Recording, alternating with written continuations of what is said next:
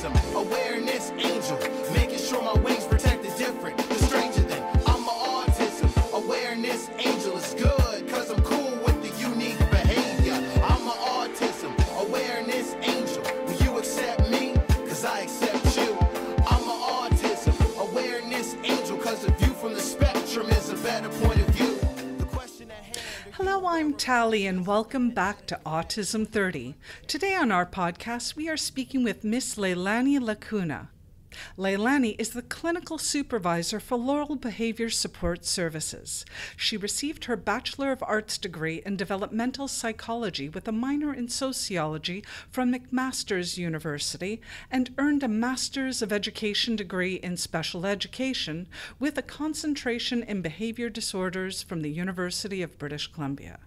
Leilani wrote a feature piece on positive parenting programs, highlighting the Triple P Stepping Stone program, which was published online in West Coast Families, fall 2015. Leilani has been working in the field for 6.5 years and has worked at Laurel Behaviour Support Services for the past 5 years.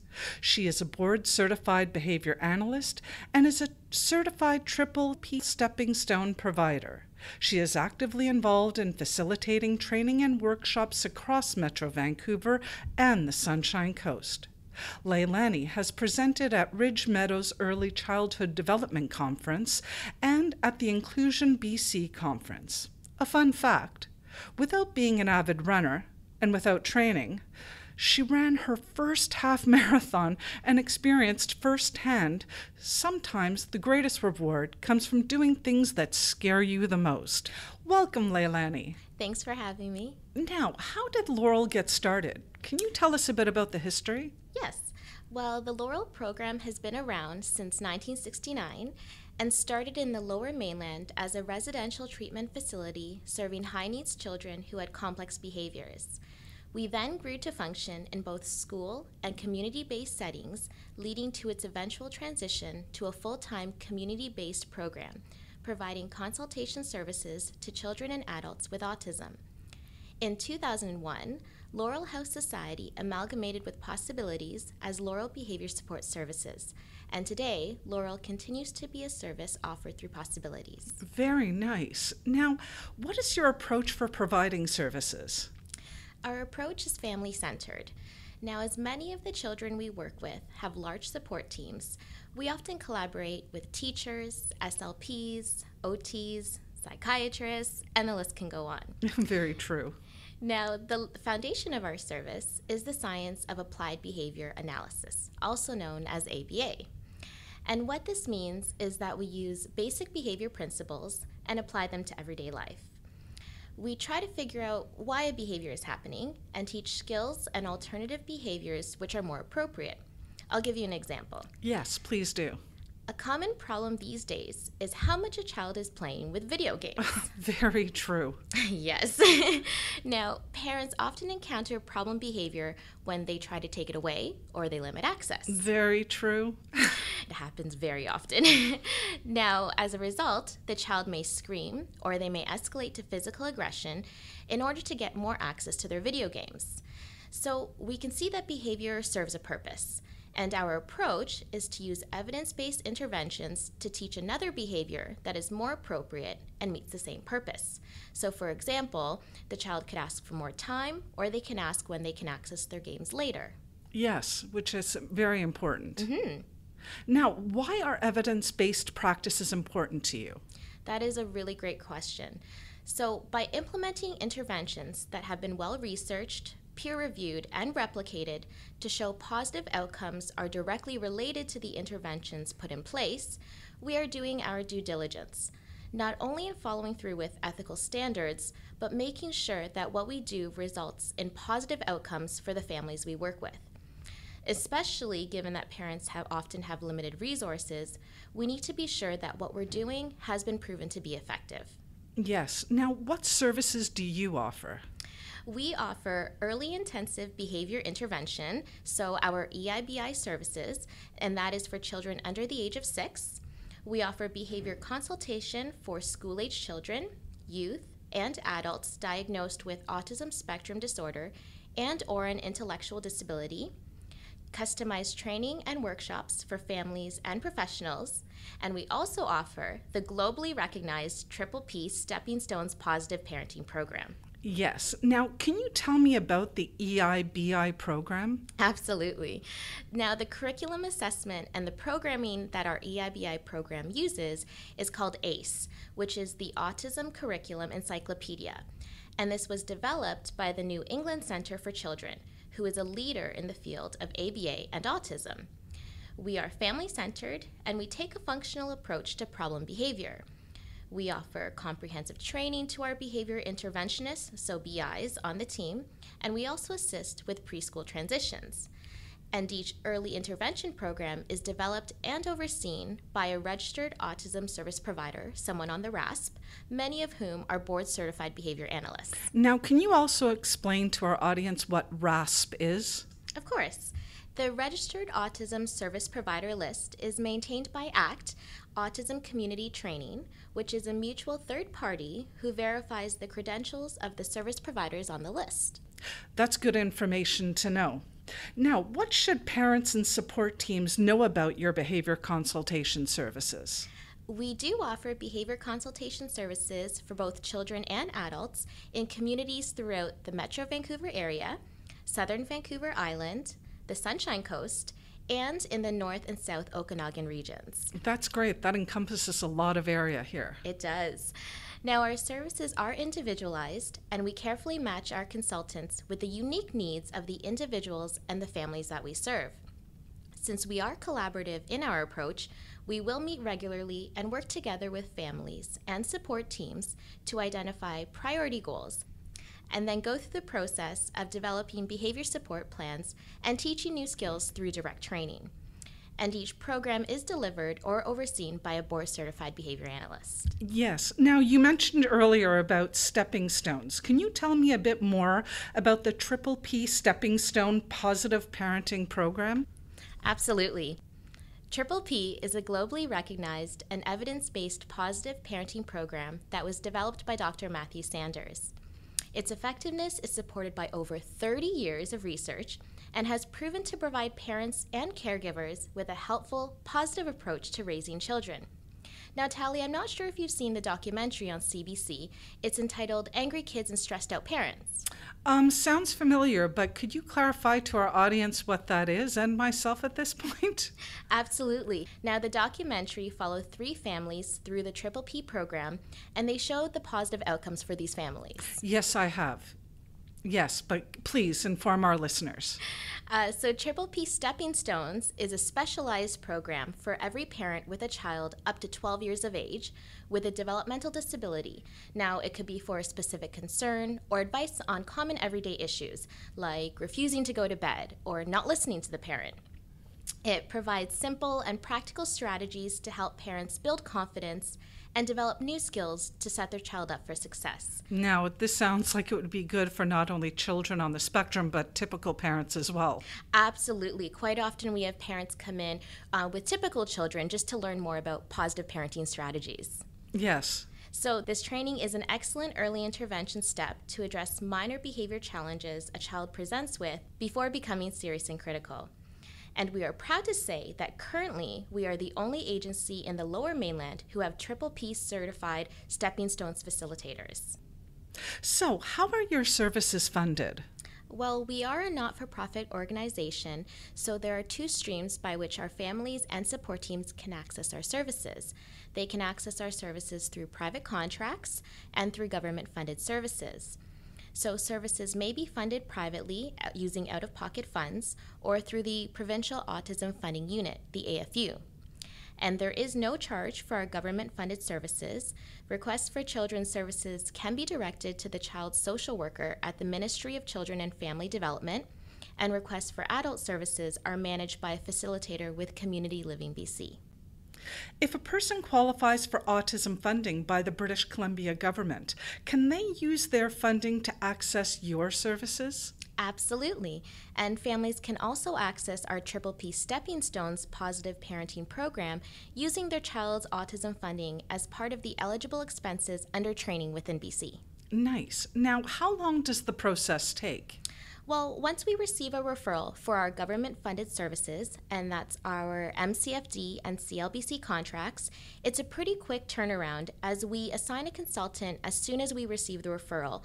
But the intake will depend on the family's availability to meet and begin service. Absolutely. Now, for our self-referrals, so for individuals who are interested in our private contracts, the process can be fairly quick to start up, depending on the availability of a behavior consultant and the behavior interventionist. Okay, now, what type of training and workshops do you offer throughout the year? Well, as mentioned, we offer the Triple P Stepping Stones Positive Parenting Program in a group format 2 times per year, one in the fall in October and one in the winter in January. And we are able to offer the standard 1-to-1 program when requested. Now, we also offer spring break and summer social skills camps for children and youth throughout the Lower Mainland, which is community-based, and it also uses the PEERS program, which is an evidence-based social skills intervention for youth, as the core curriculum. Now, how do you build community capacity? Well, we do offer a series of individualized workshops and training for parents, caregivers, professionals, and paraprofessionals. And many of our team members actively present and participate in local conferences, such as BC ABBA. Now, they have also been invited to present to graduate students at UBC and Capilano University. And here they offer their insights and they share their experiences as a clinical practitioner. Which is really important for people to find out and know about all this. Absolutely. The classes do find this lecture-type presentation very valuable to their experiences during their education. I'm sure it is. Now, currently, our training catalog does include 15 topics of interest. There are some quite popular ones. As an example, we talk about understanding behavior, we do an introduction to autism, and here we also look at disability awareness, which is very important. Another commonly requested training is managing escalated behaviors and teaching self-regulation. And we do have a full list of our training topics on our website. And your website details will be on our website at autism30.com. Thank you, Tally. Now, I do want to mention that we do take pride in our community partnerships, including partnering with Pride, which is a program part of the Family Services of Greater Vancouver, Capilano University within the School of Education and Childhood Studies program, and the Vancouver Resource Society. We do facilitate training sessions for professional development and provide guest lecture presentations to classes periodically. Which is really valuable. Yes. Now, what are some of your success stories? Well, currently, one of our consultants is working with a 9-year-old boy with autism, and he was having difficulty in school. Now, due to severe problem behavior, this consisted of spitting, kicking, yelling, and swearing, he was only able to be in school for 1 hour. Yes, and that is a situation for many students on the spectrum. Yes, it is. Now, the consultant, she implemented an intervention where the child's time at school was gradually increased with the first 2 weeks schedule full of his preferred activities. And they gradually introduced less preferred academics and activities into his schedule. And at the same time, the consultant also worked with the family at home teaching self-regulation skills. Now, since the start of the intervention, the boy has successfully demonstrated being in control of his emotions and is currently staying in school almost the full day. That's wonderful. That's a great story to tell. Thank you. Now, there's also one more case I'd like to share with you. Absolutely. Now, in particular, this is something I'll never forget working on. When I took on this case, Mom had given up on toilet training for her 8-year-old son, and she said that they tried everything before and that nothing worked. And that's a story you'll hear often, parents of people on the spectrum. I mean, every child is different, but that's not an uncommon one that I haven't heard myself. Absolutely, and the ages vary with this concern as well, too, for toilet training. Now, with limited hours, we talked about it and we decided to give it a go. So we implemented an intervention across home, school, and community settings where he was taken to the toilet on a regular schedule based on how often he had accidents. And then we paired this with access to a highly preferred activity after he successfully went to the toilet. Now, within 2 months, he was going to the toilet on his own and had 0 accidents. That's great. But the best story, actually, which is why this is my favorite story, is the mom told me that during his soccer game, he was on his way about to score a goal. He stopped in the middle of the field, and then he ran off saying that he needed to go to the bathroom. To this day, that's still one of my most favorite stories. And mostly because it shows that parents should never give up, and it's just looking at it another way, so trying a different way. Absolutely, and I can certainly see why. So targeting a goal like toileting, although it can be very difficult, it's really important for the child's social inclusion, their dignity, and reducing their vulnerability as an adult. Absolutely, and I know unfortunately there are some preschools that won't even accept children who aren't potty trained, which is really unfortunate. That's true. Now, it seems really obvious, but what do you love about your work? Well, I love teaching, and I think this is why I take an interest in facilitating training and workshops. I really enjoy the creativeness in developing something that's interactive and it makes learning fun. I think it's about taking a theoretical topic like principles of behavior and creating a training where what you teach applies to everyday life and situations they encounter. So when people make the connection and they see how what I'm teaching helps them understand that what they're doing in their work and the tools that I'm giving them are useful, that's what I love about my work. And I can completely empathize with that, because I remember when I was teaching, when you reach somebody and you feel that you've made their lives just a tiny bit better, there's such a rewarding feeling, and I can certainly agree with you. Absolutely. Now, what are some of the biggest stresses that affect people you care for from your perspective? Well, I usually hear what we call the big three. What are the big three? Well, they are, will my child have friends? Will they have a job? And will they be able to live on their own? And I concur with that. Yeah. Now, having a child with a disability in itself is a stress for most families, and this often affects how they respond to other relationships in their lives. Other stressors that are common are personal and financial well-being, which can include marital issues and the financial stress of providing support for their child. And that's true, because I do believe, correct me if I'm wrong, but the current statistics are that 80% of couples with special needs actually end up separating. I believe so. Which is really unfortunate. In your experience, how inclusive is present-day society, and what changes would you like to see? This is a great question. Now, in my experience, I found that many people are familiar with and they say they support inclusion. However, the use of inclusive practices is a change that I would like to see more of. I find there are different views on what inclusion is, and this affects how children are included in the class. Yes, very true. Now, some may think that simply having the child physically in the classroom is inclusion. Yes.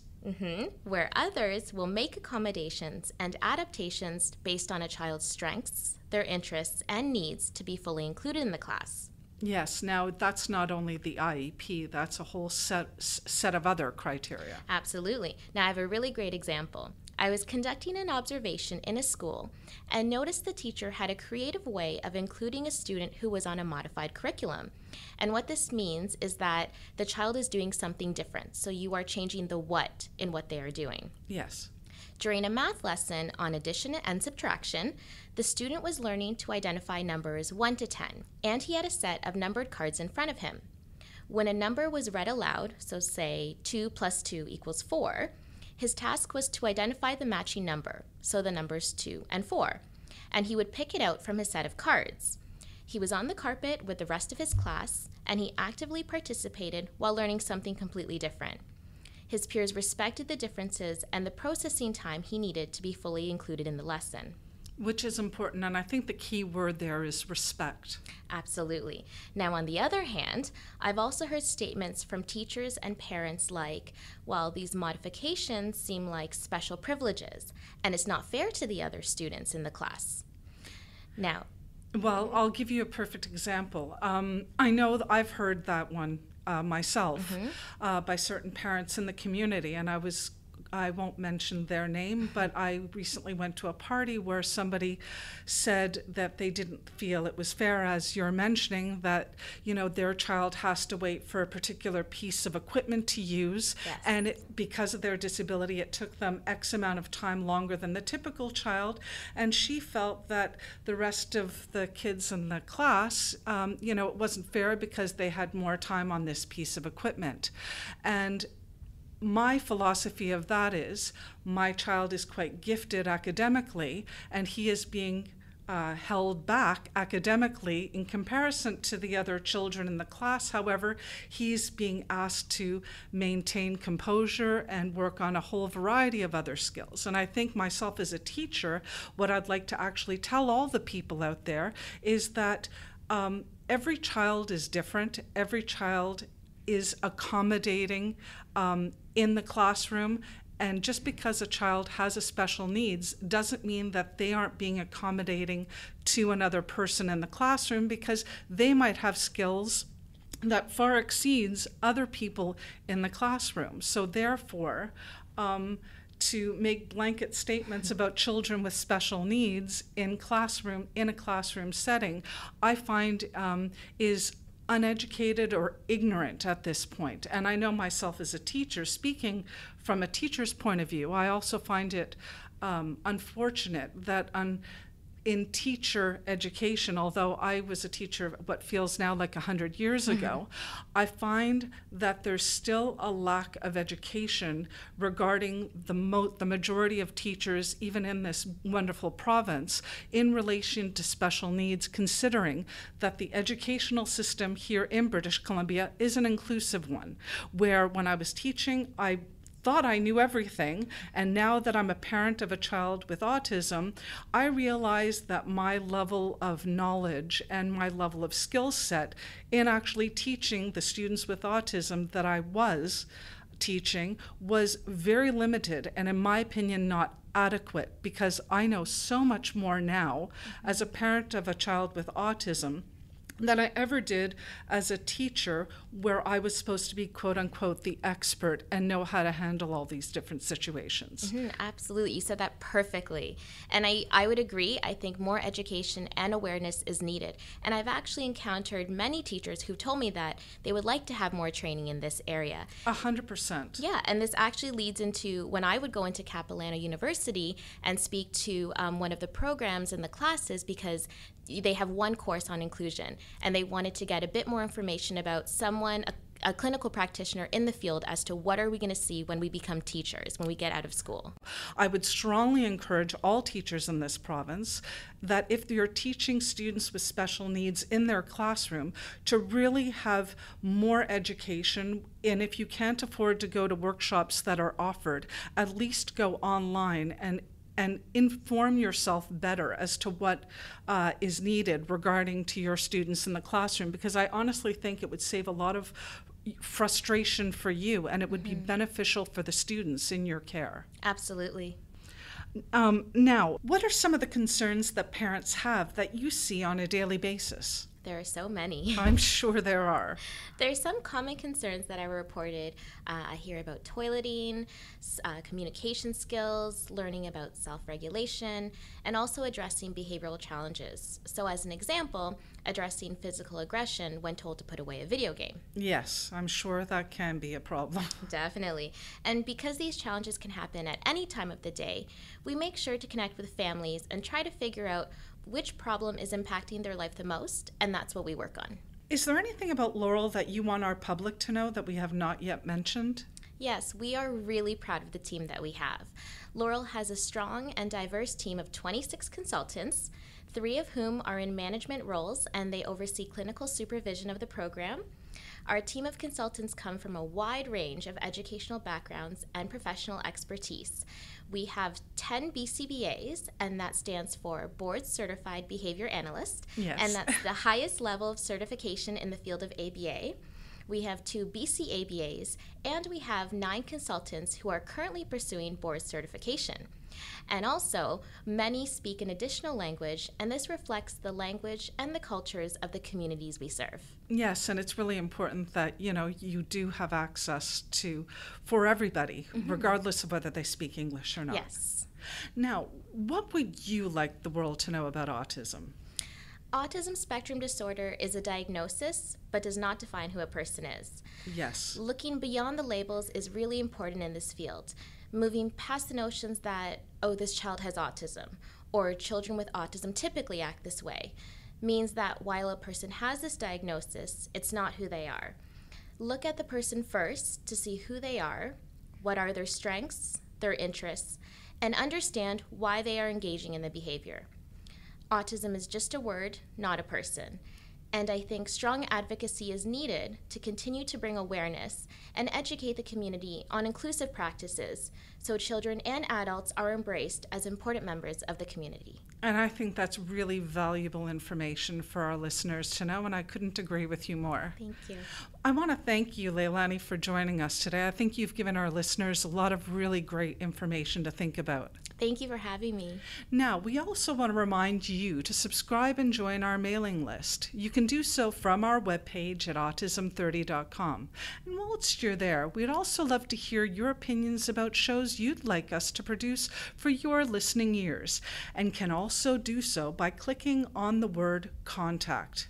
Don't forget to write us a review on iTunes, as it will help us on our quest to help more people, and your comments would do so and would be so much appreciated. And it also basically lets me know how I'm doing.